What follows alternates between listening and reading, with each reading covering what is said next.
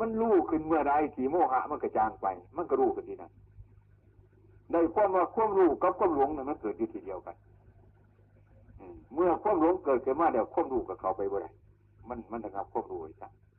เมื่อความรู้เกิดขึ้นมาเดี๋ยวความหลงก็อยู่บ่ได้ฉะนั้นพระศาสนาเนี่ยให้ปฏิบัติที่ใจมันเกิดอยู่ที่ใจลูกกระทับ8ประการมันอยู่หันมรรค8ที่จะเลื่อนมาได้ก็คือเรามาพิจารณาโดยสมถะกรรมฐานวิปัสสนากรรมฐาน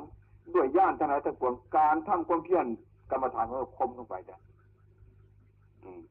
จนในพยายามควบโลภหรือควบโกรธหรือควบหลงอยู่ในลาภในยศในสรรเสริญจนว่าสิ่งนั้นนี่เบาไป